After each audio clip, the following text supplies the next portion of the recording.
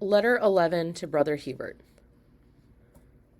The Bishop of Chartres told me personally what Monsieur Binet told Brother Hyacinth about the bishop's plans.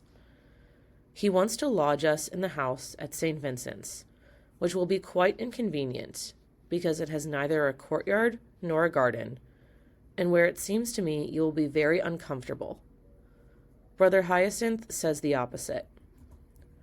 We must, it seems to me, pray to God and have your students pray by continuing the litanies and by sending 2 brothers every Sunday, feast day, and Thursday recess to receive Holy Communion in the chapel of the Blessed Virgin at Notre Dame for the intention that the bishop's plan not go into effect, and that what is done be for the greatest good, not only for your housing, but also for an increased number of classes and students. Allow no one from the community to interfere. Leave the result to God. It was not necessary for Brother Hyacinth to write to me before you did, or, in my opinion, for him to come here. A letter to me would have sufficed. I wrote the above before he arrived. I spoke the day before yesterday to Father de Gurgy, who promised me to write yesterday to the Bishop of Chartres about the matter. If the bishop sends you a request, tell him that because he will be coming here soon, and the business need not be settled until October, I will be honored to discuss it with him when he is here or at St. Cyr. You are wrong to request holy cards costing a considerable sum, particularly in a year like we are in now, when people have no bread. Please do not approach Brother Athanase for such things.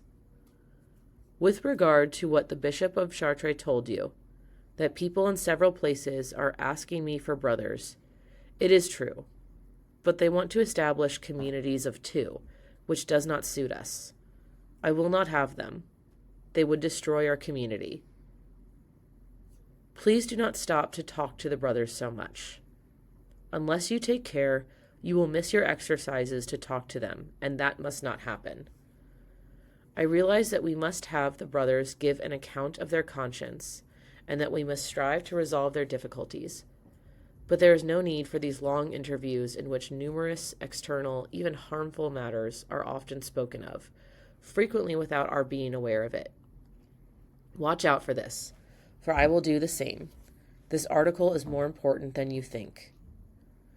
Never speak on the way to recreation, on the stairs, or while going about the house. You and all the brothers ought to be told your defects. For this purpose, carefully regulate the time for this exercise.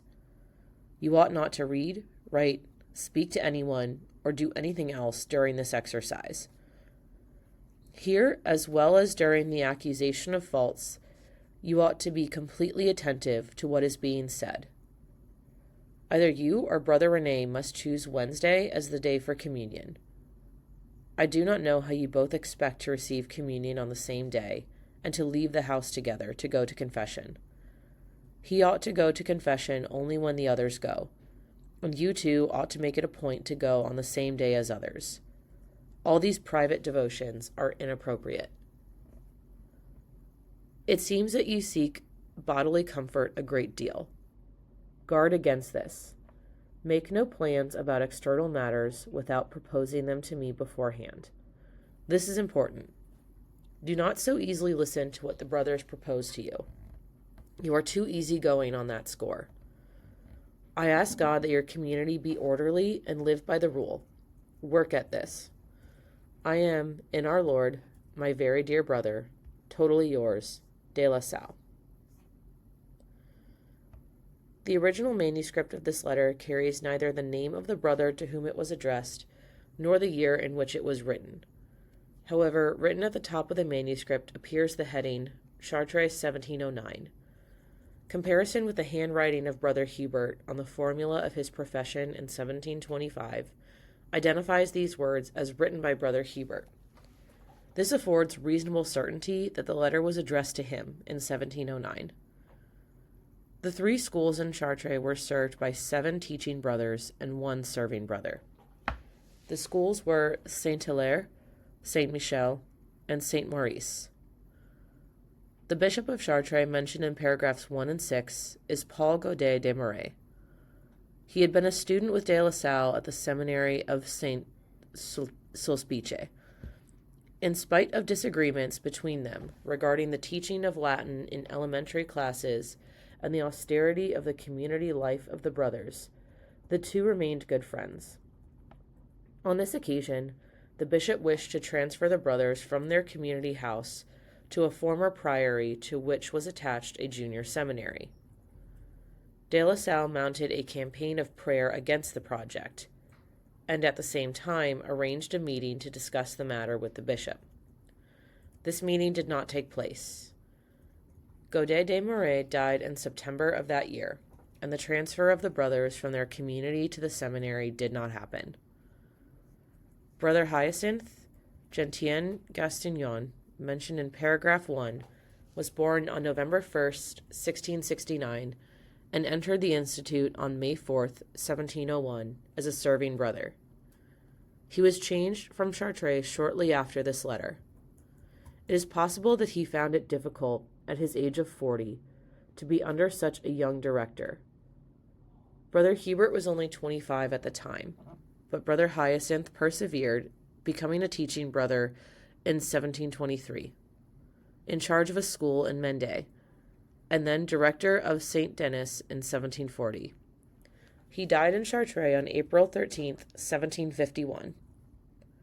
The reference in paragraph 5 to people without bread refers to the famine of 1709, when the winter was so severe that the winter crops froze and the ground was too hard for spring planting. The government commandeered whatever came to seed and set it aside for the next planting.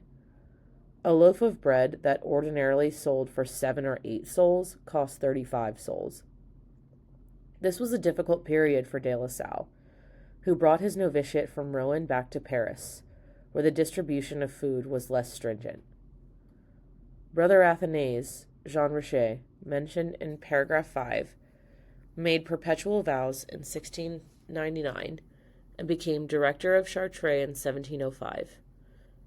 He probably became a procurator at Saint-Ion in 1709. He is not listed in the catalogue of 1714. Perhaps he died or left the institute before that date.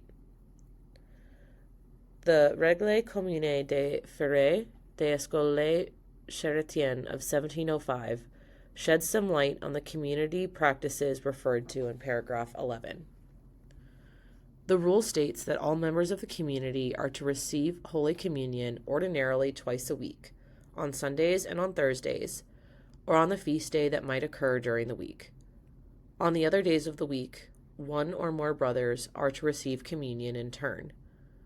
From de La Salle's remarks about Brother Hubert's and Brother René's having adopted the practice of receiving together on Wednesdays, it would appear that René was a kind of subdirector.